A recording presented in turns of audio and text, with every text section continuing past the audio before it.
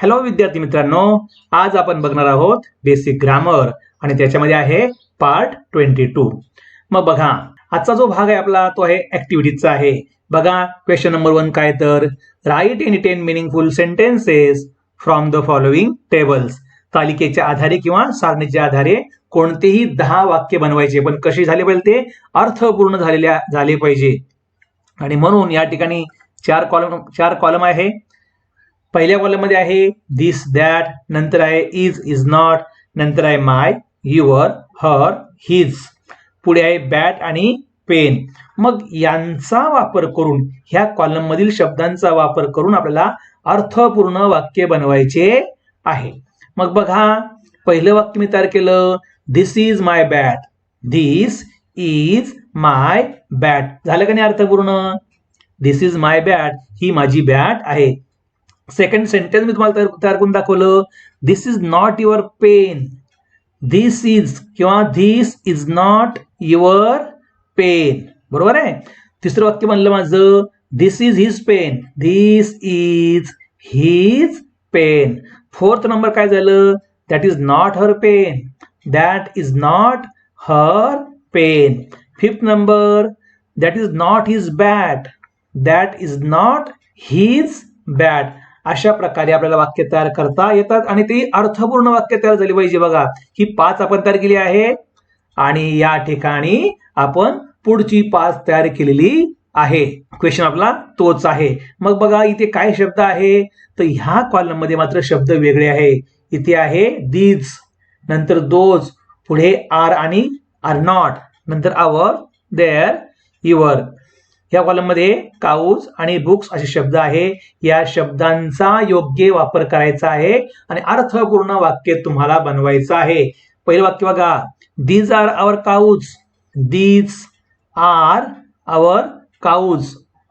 These are our cows. अशा प्रकारे हे सेंटेन्स तयार झालं आहे का नाही. मग सेकंड सेंटेन्स बघा, these are not their cows.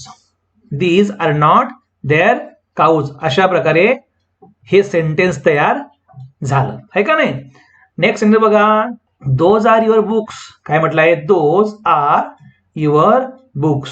अर्थपूर्ण वाक्य तयार झालेलं आहे.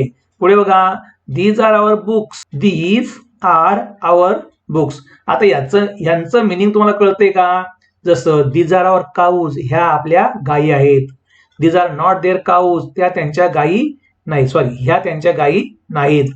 Those are your books. Those are your books, ते त्यांचे पुस्तकं आहेत. Those are not their books, ते त्यांची पुस्तके नाहीत. दीज आर आवर बुक्स, ही आपली पुस्तके आहे. अशा प्रकारे यांचं मिनिंग इथे आपण लावलेलं आहे, कारण धिस आणि दॅट त्यांचं अनेक वचन आपण केलेलं आहे. धिसचं अनेक वचन दीज झालं आहे आणि दॅटचं अनेक वचन दोज झालेलं आहे, लक्षात ठेवा. पुढे बघा काय म्हटलंय, question number 2, fill in the blanks using here and there. Here आणि देअर या शब्दांचा वापर करून आपल्याला मोकळ्या जागा किंवा रिकाम्या जागा भरायच्या आहे. याच्या अगोदर आपण पार्ट 21 बघितलेला आहे.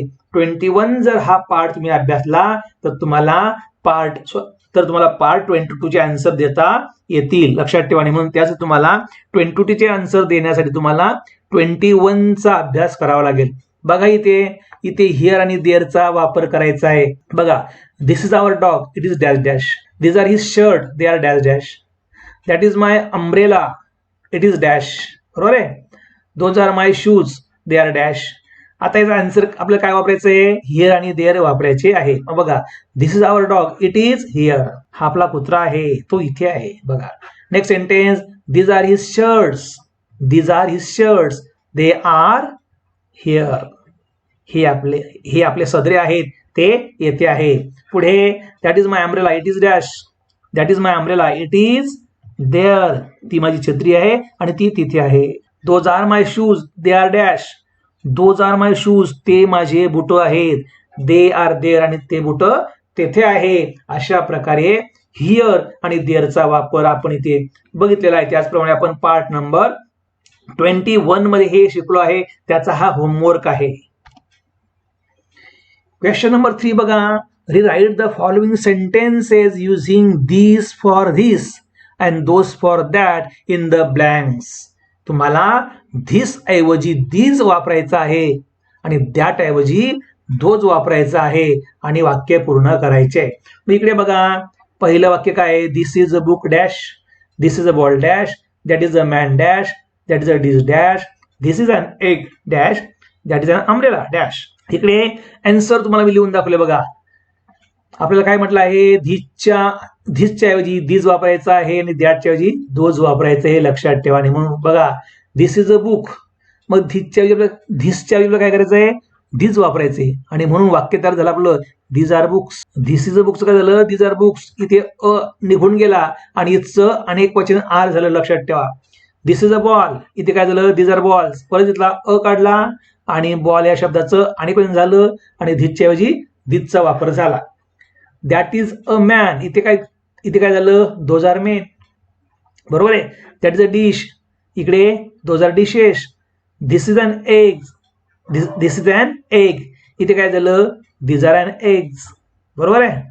इथे अन नको पाहिजे, लक्षात ठेवा. दॅट अन अम्ब्रेला, सॉरी, इथे काय झालं? Those are an umbrella. अशा प्रकारे हा भाग आपल्याला इथे बघता येऊ शकतो. मग काय म्हटलेलं आहे बघा, दीज आणि दोजचा उपयोग करीत असताना दिलेल्या नामांची अनेक वचने वापरावी लागतील. तसे करताना अ आणि ॲन हे शब्द गाळावे लागतील. तुम्ही ज्यावेळेस अनेक वचन करणार आहेत शब्दांचं नामांचं अनेक वचन करणार आहात आणि अनेक वचन करत असताना तुम्हाला अ आणि ॲन सारखे शब्द ड्रॉप करावे लागतील, हे लक्षात ठेवा. तसेच इज या क्रियापदाऐवजी तुम्हाला आर हे क्रियापद वापरावं लागेल. अशा प्रकारे आपण बेसिक ग्रामर मधील पार्ट 22 या ठिकाणी पूर्ण केलेला आहे. धन्यवाद.